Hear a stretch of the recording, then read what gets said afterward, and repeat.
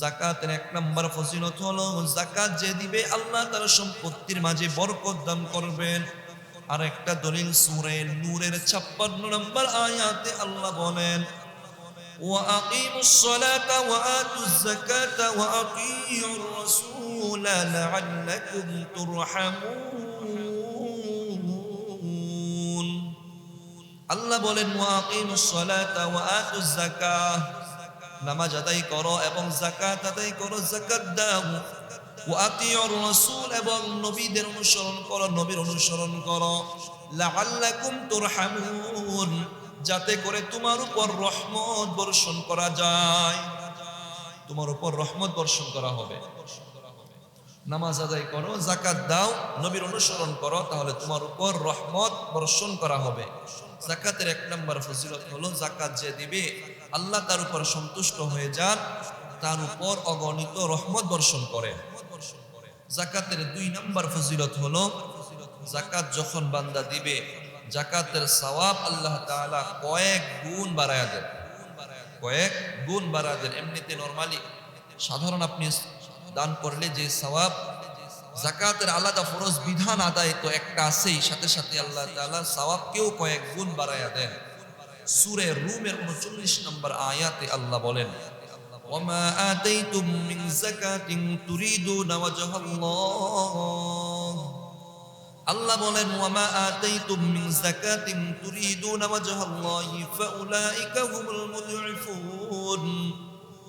আল্লাহ বলেন যেই ব্যক্তি যাকাত আদায় করবে এবং এর দ্বারা আল্লাহর সন্তুষ্টি কামনা করবে, ফাউলাইকা হুমুল মুদঈফুন, আল্লাহ তাআলা তার জন্য তার সওয়াবকে কয়েক গুণ বৃদ্ধি করে দেন, কয়েক গুণ বৃদ্ধি করে দেন। কত গুণ বৃদ্ধি করেন? সূরা বাকারার 261 নম্বর আয়াতে আল্লাহ বলেন, মাসালুল্লাযীনা ইউনফিকুনা আমওয়ালাহুম ফী সাবীলিল্লাহি কামাসালি হাববাতিন আম্বাতাত সাবআ সানাবিলা ফী কুল্লি সুম্বুলাতিন মিআতু হাব্বাহ ওয়াল্লাহু ইউদাঈফু লিমান ইয়াশা ওয়াল্লাহু ওয়াসিউন আলীম।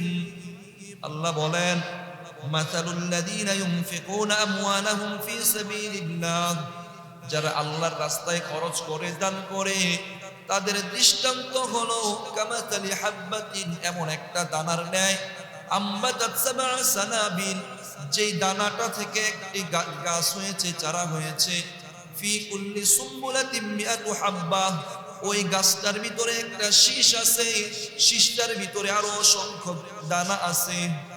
দেখবেন একটা ধান যখন চারা গাছ, একটা ধানের বীজ যখন আপনি জমিনে বপন করলেন, এই ধানের বীজটা থেকে একটা ধানের চারা হয়, এই চারাটা থেকে আরো কয়েকটা শীষ হয়, এই কয়েকটা শীষের ভিতরে আরো একটার ভিতরে অনেকগুলো ধানের বীজ থাকে, অনেকগুলো ধান থাকে। দেখেন নাই? আল্লাহ ঠিক তেমনি ভাবে উদাহরণ দৃষ্টান্ত দিয়ে বোঝাচ্ছেন, দুনিয়াতে দানের দৃষ্টান্তটাও এমন, যখন একটা বান্দা দান করে আল্লাহ তাআলা ওই দানের সওয়াব এক গুণ বাড়ান, তারপরে আরো এক গুণ বাড়ান, এইভাবে বাড়াতে বাড়াতে একটা ধানের চারা থেকে যতগুলো ধান হয়, আল্লাহ বলেন একটা বান্দা যখন 1 টাকা দান করবে, আমি আল্লাহ তার দানের সওয়াব এই ধানের চেয়েও আরো কয়েক গুণ বাড়িয়ে দেই। ওয়াল্লাহু ইউদাঈফু লিমান ইয়াশা, শুধু কি এতটুকুই? না না না, আল্লাহু ইউদাঈফু লিমান ইয়াশা, আল্লাহ যাকে চান তাকে আরো বেশি বাড়ায়া দেন। আল্লাহ যারে চান তারে আরো বেশি দেন, আরো বেশি দেন। এটা আল্লাহ সীমা রেখা দেন নাই। যদি সীমা দিয়ে দিতেন যে 100 গুণ, 500, 200, তাহলে এতটুকুই থাকতো। কিন্তু আল্লাহ বলেন আল্লাহু ইউদাঈফু লিমান ইয়াশা, আল্লাহ চাইলে আরো বেশি দিতে পারেন, আরো দেন, তাকে দেন, যাকে চান তাকে দেন। এই জন্য যাকাতের 2 নম্বর ফজিলত হলো আল্লাহ তাআলা সওয়াবকে কয়েক গুণ বাড়ায়া দেন। যাকাতের 3 নম্বর ফজিলত হলো যে ব্যক্তি যাকাত দেবে, দান করবে, কিয়ামতের দিন জান্নাতে প্রবেশ করার জন্য একাধিক দরজা হবে, একাধিক দরজা দিয়ে ব্যক্তিরা জান্নাতে প্রবেশ করবে, জান্নাতীরা জান্নাতে প্রবেশ করবে। যে যাকাত দিবে, ঠিক মতো দান করবে, যে সেই ব্যক্তিকে, যাকাত আদায়কারী দানকারী ব্যক্তিকে দানের একটা দরজা আছে, ওই দরজা দিয়ে তাকে জান্নাতে প্রবেশ করানো হবে। সহিহ বুখারীর 1897 নম্বর হাদিসের বর্ণনা। عن أبي هريرة رضي الله تعالى عنه قال قال رسول الله صلى الله عليه وآله وسلم আল্লাহর হাবিব সাল্লাল্লাহু আলাইহি ওয়াসাল্লাম ফরমান, মান কানা মিন আহলিস সাদাকাহ, দুনিয়াতে যে ব্যক্তিটা দান সাদাকা করেছে, যাকাত ঠিকমতো আদায় করেছে, দুইয়া মিন বাবিস সাদাকাহ, মৃত্যুর পরে কিয়ামতের পরে যখন সেই ব্যক্তিটা জান্নাতে প্রবেশ করবে, জান্নাতের একাধিক দরজা হবে, রোজাদাররা এক দরজা দিয়ে জান্নাতে প্রবেশ করবে। এবং আল্লাহ নবী আরবি সাল্লাল্লাহু আলাইহি ওয়াসাল্লাম বলেন, যেই ব্যক্তি যাকাত দিয়েছে, দান সাদাকা করেছে, ওই ব্যক্তিটা দান সাদাকার একটা দরজা থাকবে, সাদাকার দরজা দিয়ে সে জান্নাতে প্রবেশ করবে। সাদাকার দরজা দিয়ে সে জান্নাতে প্রবেশ করবে। সাদাকার 3 নাম্বার ফজিলত হলো এটা। 4 নাম্বার দান সাদাকার ফজিলত হলো, যাকাতের ফজিলত হলো, আপনি যদি যাকাত ঠিকমতো আদায় করেন, দান করেন, তাহলে এতে করে আল্লাহর ক্রোধ নিভে যায়, আল্লাহর রাগ দূর হয়ে যায়, ক্রোধ নিভে যায়, রাগ দূর হয়ে যায়। আর অপমৃত্যু, খারাপ মৃত্যু থেকে মানুষকে আল্লাহ হেফাজত করে। বলতেছিলাম যাকাতের ফজিলত 4 নম্বর ফজিলত গেল।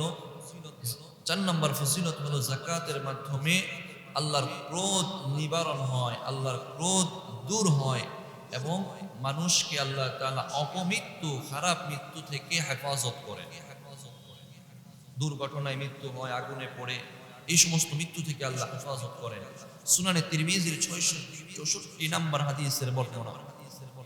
عن أنس بن مالك رضي الله تعالى عنه قال قال رسول الله صلى الله عليه وسلم الصدقة تطفأ غضب الرب وتدفع ميتة السوء।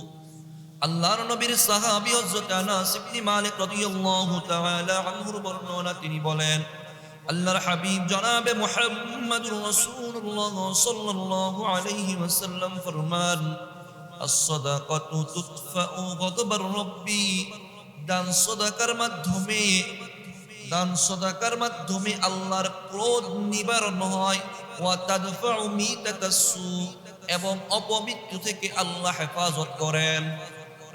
দান সাদাকা, যাকাতের মাধ্যমে আল্লাহ তাআলার ক্রোধ, রাগ, গুসা আল্লাহ দূর করে দেন। বান্দার উপর আল্লাহ মাঝে মাঝে রাগ করেন, নাফরমানির কারণে রাগ হয়, তো আল্লাহ তাআলা যাকাতের মাধ্যমে, দান সাদাকার মাধ্যমে সে ক্রোধ আল্লাহ দূর করে দেন। যাকাতের 5 নম্বর ফজিলত হলো, এতে আল্লাহ তাআলার ক্রোধ দূর হয়, অপমৃত্যু থেকে হেফাজত হয়। যাকাতের 6 নম্বর ফজিলত হলো, যাকাতের মাধ্যমে সম্পদ বাড়ে। যাকাতের মাধ্যমে সম্পদ বাড়ে। শুরুতেই বলেছিলাম, যাকাত দেওয়ার মাধ্যমে যত আমরা দেখতেছি আমাদের সম্পদ কমতেছে। 40 টাকা থাকলে 1 টাকা দিয়ে দিচ্ছি, কমতেছে। অথচ বিপরীতে আল্লাহ বলেন যাকাতের মাধ্যমে সম্পদ বাড়ে, সম্পদ বাড়ে। সূরা বাকারার 276 নম্বর আয়াতে আল্লাহ বলেন, আউযু বিল্লাহি মিনাশ শাইতানির রাজীম, বিসমিল্লাহির রহমানির রহিম, ইয়ামহাকুল্লাহুর রিবা ওয়া ইউরবিস সাদাকাত। আল্লাহ বলেন ইয়ামহাকুল্লাহুর রিবা, আল্লাহ সুদকে নিশ্চিহ্ন করে দেন, ওয়া ইউরবিস সাদাকাত, এবং দান সাদাকাকে আল্লাহ কয়েক গুণ বাড়িয়ে দেন, এর ফজিলত বাড়িয়ে দেন। মুহতারাম হাজিরিন, আমি দেখতেছি যাকাতের মাধ্যমে আমার সম্পদ কমতেছে, কিন্তু আল্লাহ বললেন না, সুদের মাধ্যমে যদিও তুমি দেখো সম্পদ বাড়তেছে, যাকাতের মাধ্যমে কমতেছে, কিন্তু না না না, বাস্তবিক অর্থে সুদের মাধ্যমে তোমার সম্পদ কমতেছে, তোমার সম্পদ নিশ্চিহ্ন হয়ে যাচ্ছে। আমি তোমার সম্পদের বরকত নষ্ট করে দিচ্ছি, কেটে দিচ্ছি, আর যাকাতের মাধ্যমে তোমার সম্পদের মাঝে রহমত, বরকত ঢুকাইয়া দিচ্ছি। সহিহ মুসলিমের 2588 নম্বর হাদিসের বর্ণনা। قال النبي صلى الله عليه وسلم ما نقصت صدقة إلا مال। যাকাতের মাধ্যমে বান্দা যখন কোনো সম্পদ খরচ করে তখন আল্লাহ তাআলা ওই সম্পদ কমান না বরঞ্চ ওই সম্পদকে আরো বাড়ায়া দেন। আয়াতেও বুঝলাম সম্পদ কমে না বাড়ে, হাদিসে রাসূল বললেন সম্পদ কমে না, সম্পদ আরো বাড়ে। শুরুতে আরেকটা কথা বলেছিলাম, যাকাতের অর্থ দুইটা, অনেকগুলো অর্থ আছে ডিকশনারিতে, দুইটা অর্থ প্রসিদ্ধ, দুইটা অর্থ হলো, একটা হলো আয-জিয়াদাতু বৃদ্ধি পাওয়া, দুই নাম্বার যাকাতের শাব্দিক অর্থ হলো আত-তাতহীরু পবিত্র হওয়া। দুইটাই আমি দেখি যাকাতের মাধ্যমে সম্পদ বাড়েও এবং সম্পদ পবিত্রও হয়। এবার যাকাতের 6 নাম্বার ফজিলত জানবো, যাকাতের মাধ্যমে সম্পদ পবিত্র হয়।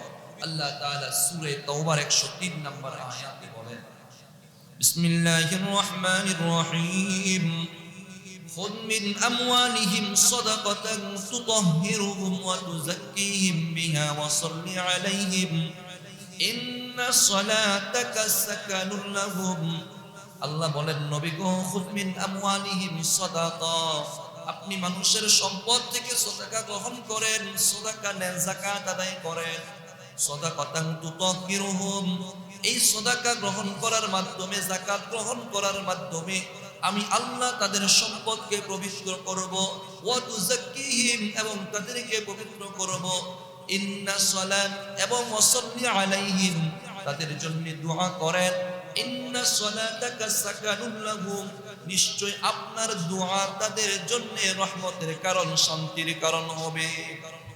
তাদের সম্পদ থেকে আপনি যাকাত গ্রহণ করেন, এটা মাধ্যমে আমি ওই ব্যক্তির সম্পদকে পবিত্র করে দেব, ওই ব্যক্তিকে পবিত্র করে দেব।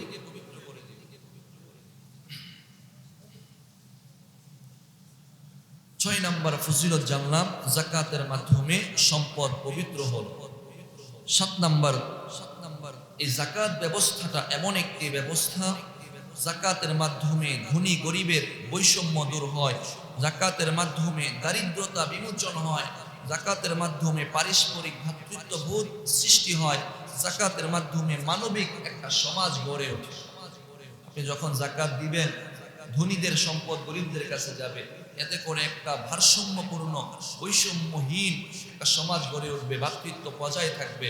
এই কথাটা শুধু এমনি বাহ্যত কথা না, নবীজি সাল্লাল্লাহু আলাইহি ওয়াসাল্লাম হাদিসেও বলেন, মুসনাদে আহমদের 2071 নম্বর হাদিসের বর্ণনা, قال النبي صلى الله عليه وآله وسلم تؤخذ من أغنيائهم وترد إلى فقرائهم। আল্লাহর হাবিব সাল্লাল্লাহু আলাইহি ওয়াসাল্লাম ফরমান, এই যাকাত ধনীদের থেকে গ্রহণ করা হবে, ওয়া তুরাদ্দু ইলা ফুকারাইহিম, এবং দরিদ্রদেরকে দেয়া হবে। ধনীদের থেকে নিয়ে দরিদ্রদের যখন দেয়া হবে, ধনীরা যখন পূর্ণাঙ্গ যাকাত আদায় করবে, নবী বলেন ওই সমাজের মাঝে দরিদ্রতা বিমোচন হবে, মানবিক একটা সমাজ গড়ে উঠবে, ওই সমাজের মাঝে বৈষম্য থাকবে না। ধনীদের থেকে নিয়ে গরিবদেরকে যখন দিবে, একটা বৈষম্য, একটা ব্যালেন্স সমাজ গড়ে উঠবে, গরিবরা আর গরিব হবে না। এখন আমাদের সমাজে যে প্রচলিত অর্থ ব্যবস্থা, এতে করে ধনীরা শুধু ধনী হচ্ছে, গরিবরা শুধু গরিব হচ্ছে। কর্জ আনতে গেলে হাসানা, কর্জের ঋণ আনতে গেলে সুদ ছাড়া তাকানো যায় না। একটা ব্যবসা করবেন, আপনি হালালভাবে ইনকাম করবেন, সেই পদ্ধতিতে আপনি যেতে গেলে আপনার লোন ছাড়া আপনি কথা বলতে পারবেন না। মাস শেষে আপনার জীবন থাকুক মারা যান, আপনি অতিরিক্ত টাকাটা ঠিকই দিতে হবে। এতে করে ধনীরা ধনী হচ্ছে, গরিবরা গরিব হচ্ছে। অথচ মুসনাদে আহমদের নবী সাল্লাল্লাহু আলাইহি ওয়াসাল্লাম হাদিসে বলে গেলেন, ধনীদের থেকে সম্পদ গ্রহণ করে যখন গরিবদেরকে পুঙ্খানুরূপে যাকাত আদায় করা হবে, যাকাত আদায় করা হবে খেলাফত ব্যবস্থার মাধ্যমে। দেখেন কথাগুলো কিন্তু ইসলামী খলিফা, শাসক যিনি আদায় করে এগুলো গ্রহণ করে বন্টন করবেন, ওই কথা যদি পূর্ণাঙ্গভাবে বন্টন করা যায়, ওই সমাজে আর দরিদ্র থাকতে পারে না।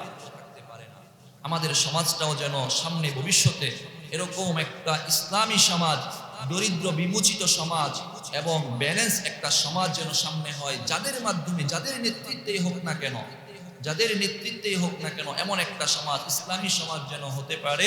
আল্লাহ তৌফিক দান করেন, বলেন আমিন।